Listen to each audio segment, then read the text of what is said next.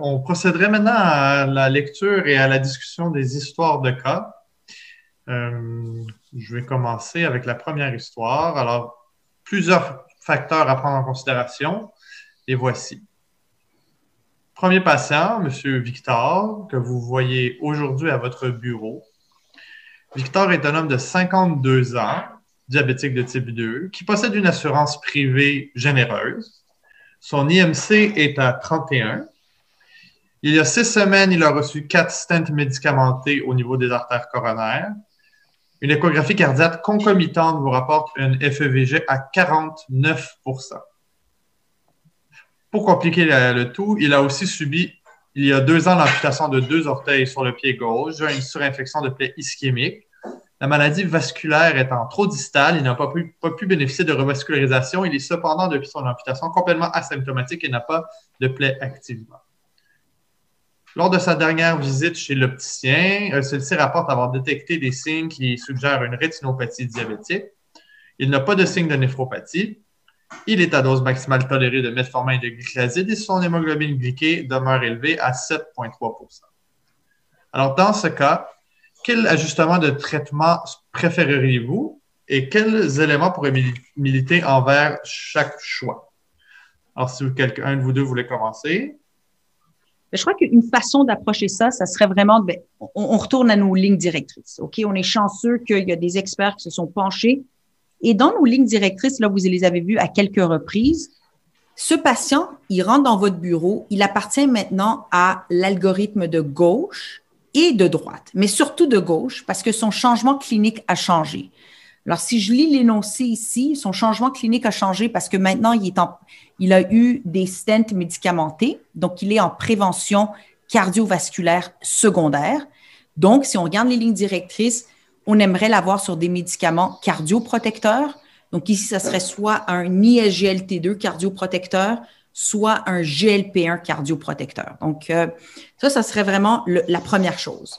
Maintenant, les avantages additionnels de ces deux agents-là, c'est que, donc, il a un IMC de 31. Donc, peu importe que ce soit le SGLT2 ou le GLP1, on va voir la perte de poids additionnelle.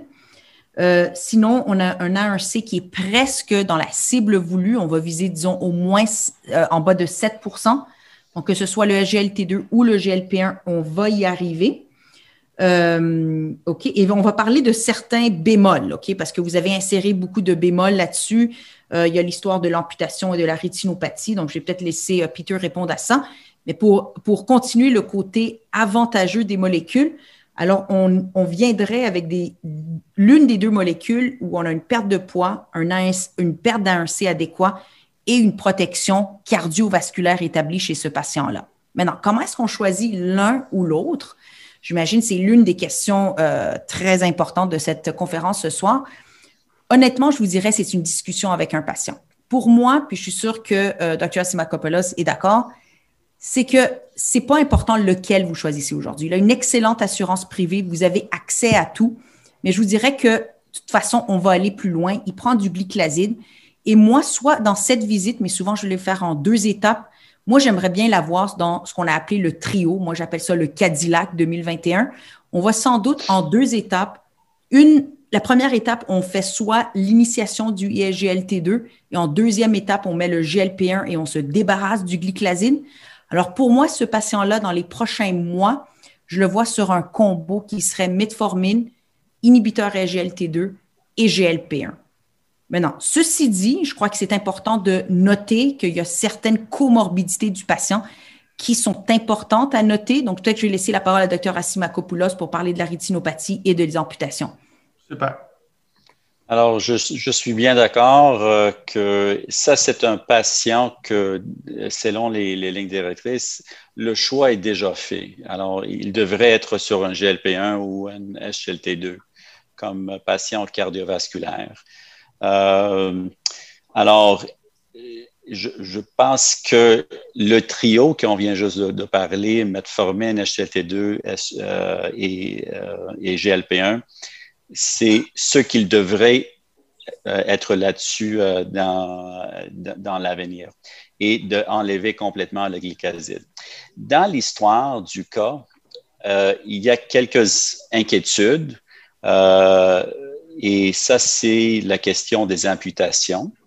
Alors oui, il devrait être sur un HLT2, mais il a eu un historique d'amputation. Et là, on a beaucoup plus de données.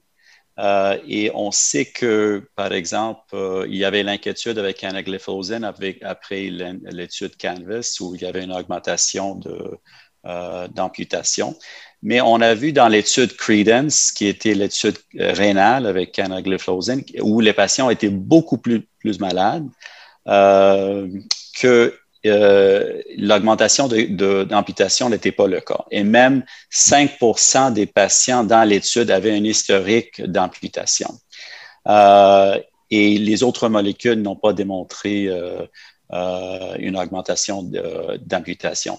On peut dire que d'une façon physiologique, que quelqu'un qui a un plaie aigu ou qui vient juste d'en avoir une amputation, que ce n'est pas le bon temps de donner un HTLT2. Mais pour quelqu'un que c'est quelque chose au passé, ça fait déjà des années, et il n'est pas des plaies actifs et aigus. Présentement, j'ai aucun problème de commencer un HLT2. Il y a toujours une précaution avec canagliflozin, mais c'est de dire qu'aux États-Unis, par exemple, le Black Box Warning avec Cana a été retiré après les données de Credence. Pour le GLP-1, il y a l'autre inquiétude qu'on a vue avec l'étude SUSTAIN-6, qui était l'étude cardiovasculaire avec semaglutide, où il y avait une augmentation des événements de rétinopathie. Mais ce qu'on a vu dans cette étude-là, et SUSTAIN-6, c'était une étude qui était complètement différente des autres études cardiovasculaires. Ils ont accepté tout le monde. Et ça, on n'a jamais vu dans des autres études. Il y avait un glyqué qui était illimité. On avait des patients, 60% prenaient de l'insuline. Ils faisaient le diabète pour plus de 12 ans. Ils étaient mal contrôlés. Et en plus, à peu près 30% avaient la rétinopathie proliférative, qui est une exclusion dans presque toutes les études. Alors, on a vu dans cette étude-là que si on n'avait pas de rétinopathie, il n'y avait aucun problème. Mais même dans le bras de placebo, dans cette étude-là, si on avait la rétinopathie et on avait une baisse de glucose qui était très significative, on avait des événements. Et ça, on le sait déjà dans les études avec les femmes enceintes où on a une baisse de glyquée très rapide, parce qu'on va accoucher dans 9 mois. Alors, ils sont des patients très motivés. Et on a vu dans ces patients-là que si on baisse le sucre très rapidement, qui était le cas avec semaglutide, on peut en avoir une aggravation de la rétinopathie. De plus, ce qui est important, c'est dans l'étude, par exemple, le DCT, qui est une étude landmark, qui nous a dit, par exemple, la maîtrise de glucose, ça nous mène à une diminution de toutes les événements microvasculaires, soit la rétinopathie, neuropathie, néphropathie. Dans cette étude-là, ce qui est important, c'est que le bras intensif a eu une diminution de rétinopathie, mais ça, c'était une étude de 6 à 7 ans. Et à 2 ans, dans cette étude, même étude, il y avait une augmentation de la rétinopathie parce que ces patients-là, on a diminué leur sucre d'une façon très importante. Alors, si l'étude DCCT, qui est une landmark étude, était terminée à 3 ans, aujourd'hui, on dirait que la baisse du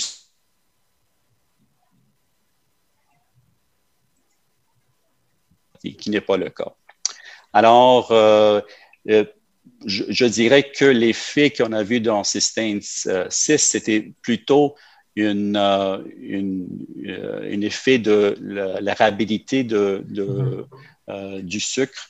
Et j'aurais aucune crainte de commencer soit un GLP-1 ou un SGLT2 dans ce patient-là. Et surtout, une combinaison, ça va être le traitement idéal.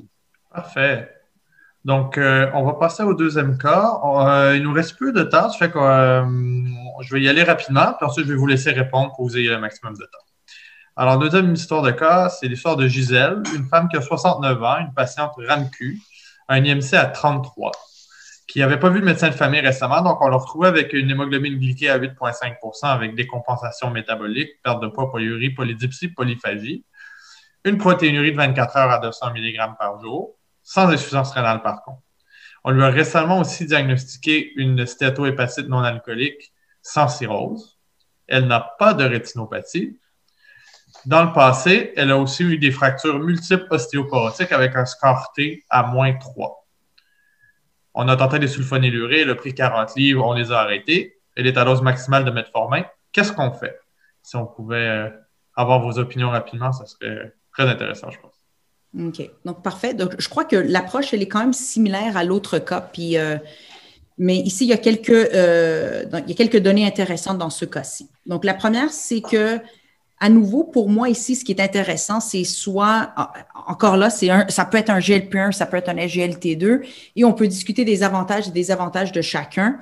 Donc, le GLP-1, ce qui est intéressant chez Gisèle, c'est encore la perte de poids. Ici, on a une albuminurie quand même prononcée qui s'approche de la macroalbuminurie. On n'a pas beaucoup de données rénales, comme Peter a dit, mais peut-être il y a certaines données où on a moins de progression de micro à la macroalbuminurie dans les études cardiovasculaires. Et le GLP-1 est intéressant ici du point de vue de la puissance de l'A1C. On est quand même à 8,5 %. On veut diminuer en bas de 7 %. Donc, pour aller chercher du 1,5 %, souvent, on va parler de GLP-1. Et ici, il y a une stéatose hépatique et de plus en plus, je vais parler aussi des SGLT2, mais les SGLT2 et les GLP-1, il y a des données qui commencent à sortir qui sont hyper intéressantes sur un rôle potentiel chez les patients avec stéatohépatite. Maintenant, pour les SGLT2, encore là, intéressant ici, puis je dirais encore plus intéressant que les GLP-1, parce que ici, quand on regarde les lignes directrices, ça, c'est un patient maladie rénale chronique. Chez ce patient-là, vraiment, la molécule qui est de grade A de recommandation, c'est les SGLT2. Donc, non seulement on a l'avantage métabolique dont on a parlé, mais ici, on a l'avantage de la protection rénale, clairement. La seule chose, c'est qu'il y a déjà une polyurie marquée. On a parlé de ça. Donc, peut-être dire au patient qu'il va peut-être avoir une polyurie transitoire jusqu'à ce qu'on contrôle la glycémie. La fracture a été mise ici peut-être en relation avec l'étude CANVAS, canagliflozine. Par contre, depuis cette étude-là, on a vraiment vu aucune indication que les SGLT2 ou les GLP-1 augmentent le risque de fracture. Super. Est-ce que, Dr. Rassimacopoulos, vous vouliez rajouter sur ça? Je pense un point important, c'est pourquoi cette femme-là ne prend pas le metformine. Je ne sais pas s'il y a une intolérance, mais même s'il y avait, je pense que ça vaut la peine de refaire un essai avec la metformine et surtout le soir, quand ça donne moins de tolérance. Alors, elle devrait être sur ça. Et puis, d'enlever les sulfos le plus possible. Il n'y a pas vraiment de risque pour des fractures qu'on voit les données plus systématiquement. Encore pour cette femme-là, le trio, ça va marcher bien pour diminuer le poids, arriver à la cible et donner une protection cardio-rénale pour elle. Et certainement, elle devrait être traitée pour son ostéoporose. Et j'ai fait le calcul de Frax dans elle et même sans les fractures qu'elle a subies de l'hanche qui mènent à un traitement immédiat, même ses facteurs de risque ont été déjà à haut risque avant les fractures. Alors, c'est juste un aside pour elle. Oui, très important, je suis bien d'accord. Alors, on procédera, si vous voulez, à quelques dernières questions du public pour ensuite conclure la soirée. Une question intéressante, quelqu'un qui demandait inhibiteur SGLT2, GLP1 en combinaison. Si on n'a pas de metformine, est-ce que ça peut fonctionner? Qu'est-ce que vous en pensez? Oui, tout à fait. Donc, il y a des... pourquoi la metformine a gardé son statut de première ligne ici au Canada? Ce n'est pas toutes les lignes directrices qui disent la même chose. Mais c'est un médicament qu'on a depuis plus de 60 ans. Il est très bon marché. Il ne cause pas d'hypoglycémie, mais on n'a pas vraiment de bonnes données solides cardiovasculaires. Par contre, c'est pour ça qu'on dit, OK, on ajoute à la metformine. Ceci dit, quand on regarde les études, que ce soit les études cardiovasculaires ou autres, et certaines ont des analyses de sous-groupes avec ou sans metformine, les effets dont on a parlé ce soir sont pas différentes que la metformine soit là ou non. Et il y a des lignes directrices européennes qui en fait disent que si le patient a besoin d'une protection cardiovasculaire, alors on oublie la metformine et on utilise juste l'agent cardioprotecteur, que ce soit le GLP-1 ou le SGLT2.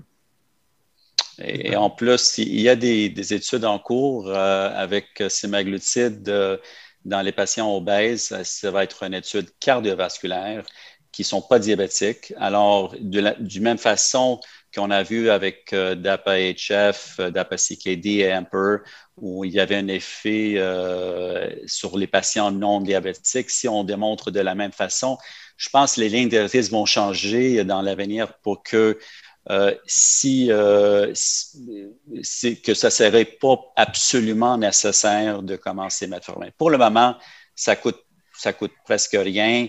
C'est là depuis 60 ans. On ne prend pas du poids. C'est très efficace pour la baisse du sucre.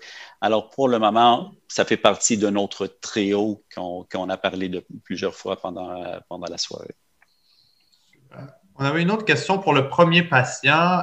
Quelqu'un se demandait s'il a une récidive de plaie au niveau des pieds. On arrête le SGLT2, le temps de traiter, on l'arrête pour de bon, si mettons que c'est prouvé vasculaire. Hein. Qu'est-ce que vous en pensez? Alors, dans l'étude Credence, ils ont étudié la question des amputations d'une façon prospective. Alors, quand le patient avait des symptômes ou des plaies comme telles ou a subi une opération, ils ont arrêté le médicament. Et c'était une étude, alors on ne savait pas si c'était Cana ou le placebo, mais on recommençait après que l'événement aigu est passé. Et je dirais que pour mes patients, s'il y a un plaie actif, j'arrête le médicament, mais dès que c'est réglé, je recommence. Parfait. Si rien à rajouter, j'aurais une dernière question du public. Il y avait quelqu'un qui se demandait, est-ce que ces médicaments-là, vous avez une approche différente chez les gens qui ont un poids normal ou même, encore plus, quelqu'un qui a un petit poids? Quelqu'un qui serait diabétique, mais qui aurait un poids en dessous de 20 d'IMC. Oui, je vous dirais que ça peut être un facteur limitant. Donc, un patient qui a perdu du poids récemment ou qui est vraiment en dessous d'un poids santé, moi, il y a des patients dans ma pratique où c'est vraiment un facteur limitant et parfois même qui élimine la possibilité de donner, surtout un GLP-1 comme la sémaglutide qui peut faire perdre même un 6 kilos. C'est vraiment pas optimal chez ce patient-là. Donc, ces molécules-là, pour un patient qui perd du poids, peut-être très frêle, très âgé, il faut faire attention. Évidemment, nous, on parle des lignes directrices, mais en fin de compte, on a un patient devant nous. Il faut personnaliser le choix. Et parfois, il y a des facteurs tels une perte de poids ou un poids qui est déjà limite normal vers le bas. Ça peut tout à fait être un facteur limitant pour le choisir. Oui, je suis bien d'accord. Et quelquefois, si le patient n'est pas obèse ou même n'a pas un surpoids, ça peut m'arrêter de monter la dose, disons, de sémaglutide ou d'éviter complètement une GLP-1 ou une SGLT2.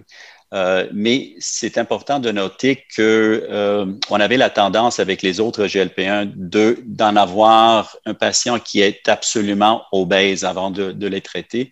Et on a vu dans les études avec semaglutide qu'ils ont eu une baisse de glyquée, peu importe le EMC de ces patients-là. Mais ça devient un problème pour beaucoup de patients parce qu'ils ne sont pas confortables s'ils n'ont pas un surpoids de perdre plus de poids.